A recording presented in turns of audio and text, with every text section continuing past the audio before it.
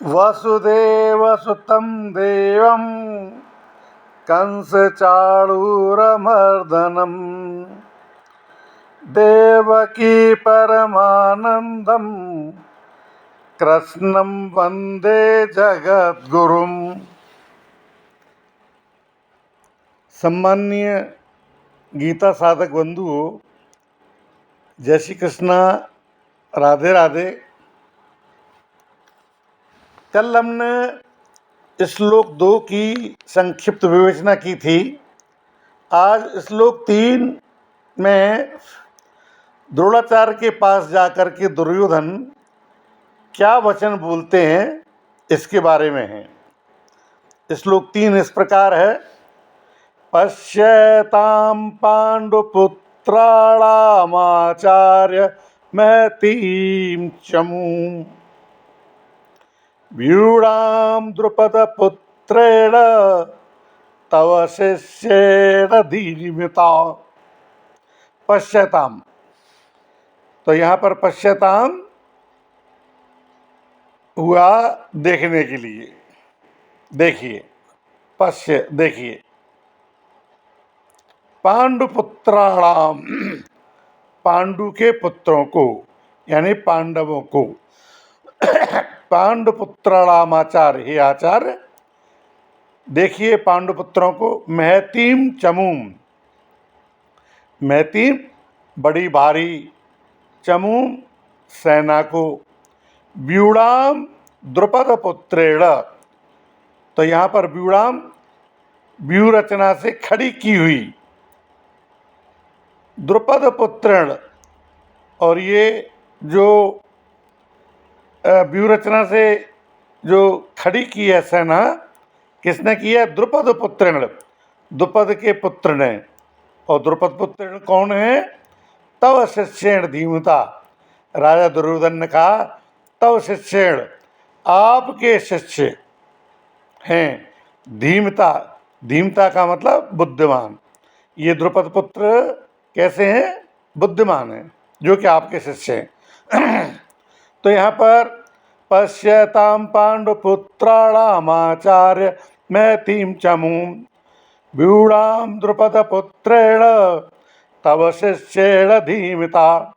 हे आचार्य, आपके बुद्धिमान शिष्य द्रुपद पुत्र धृष्टद्युम्न के द्वारा व्यूह रचना से खड़ी की हुई पांडवों की इस बड़ी भारी महतीम विशाल सेना को पश्या देखिए।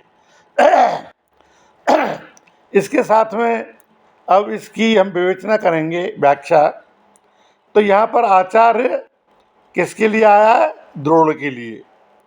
द्रोण के लिए आचार्य संबोधन देने में दुर्योधन का भाव ये है कि आप हम सभी के, कौरवों के और पांडवों के, दोनों के ही आचार्य हैं। शस्त्र विद्या सिखाने वाले होने से आप सबके गुरु हैं, इसलिए आपके मन में किसी का पक्ष या आग्रह नहीं होना चाहिए। तव शिष्येण धीमता, तो यहाँ पर दुर्योधन का भाव ये है कि आप इतने सरल हैं कि अपने मारने के लिए पैदा होने वाले धृष्टद्युम्न को भी आपने अस्त्र शस्त्र की विद्या सिखाई है, और वो आपका शिष्य धृष्टद्युम्न इतना बुद्धिमान है कि उसने आपको मारने के लिए आपसे ही अस्त्र शस्त्र की विद्या सीखी है। अब यहाँ पर द्रुपद पुत्रेण, इस पद को कहने का आखिर तात्पर्य क्या है?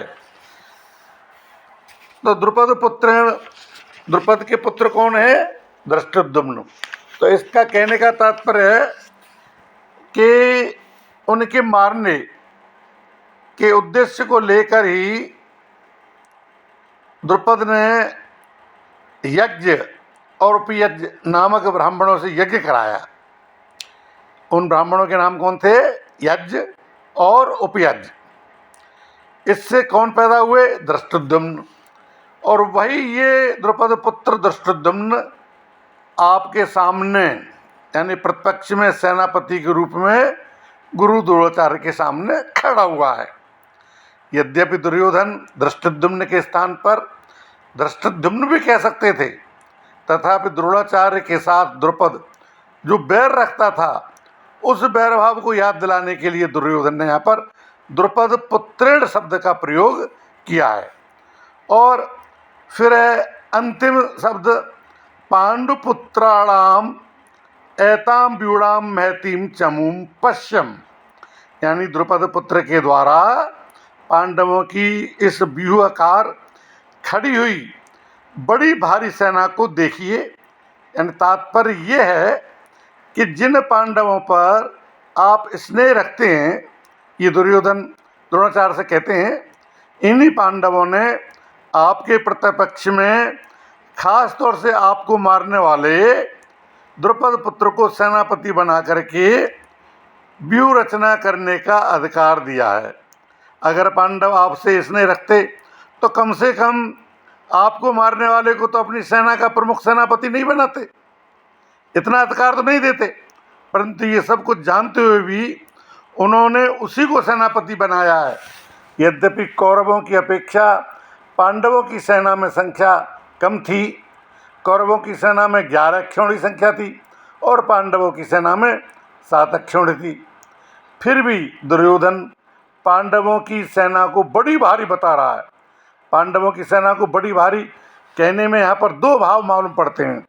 पांडवों की सेना ऐसे ढंग से व्यूहाकार खड़ी हुई है जिससे दुर्योधन की थोड़ी सेना भी बहुत बड़ी दिख रही थी दुर्योधन के लिए, वो सेना पांडवों की।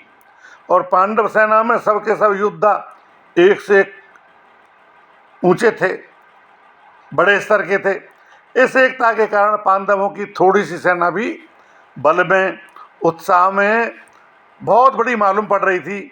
ऐसी सेना को दिखा करके दुर्योधन द्रोणाचार्य से ये कहना चाहता है कि युद्ध करते समय आप इस सेना को सामान्य और छोटी नहीं समझें, आप विशेष बल लगा करके सावधानी के साथ में युद्ध करें। पांडवों का सेनापति है वो आपका शिष्य द्रुपद पुत्र ही है, अतः उस पर विजय करना आपके लिए कौन सी बड़ी बात है। एताम पश्य, ये शब्द कहने का क्या तात्पर्य है? ये पांडव सेना युद्ध के लिए तैयार होकर के आपके हमारे सामने खड़ी है, अतः हम लोग इस सेना पर किस तरह से विजय प्राप्त कर सकते हैं, इस विषय में आपको जल्दी से जल्दी निर्णय लेना है। ऐसी प्रार्थना राजा दुर्योधन गुरु द्रोणाचार्य से करते हैं। और इसी के साथ ये श्लोक का विवेचन इसका समाप्त होता है और कल फिर अगला श्लोक चौथा करेंगे। आज इतना ही। जय श्री कृष्णा, राधे राधे।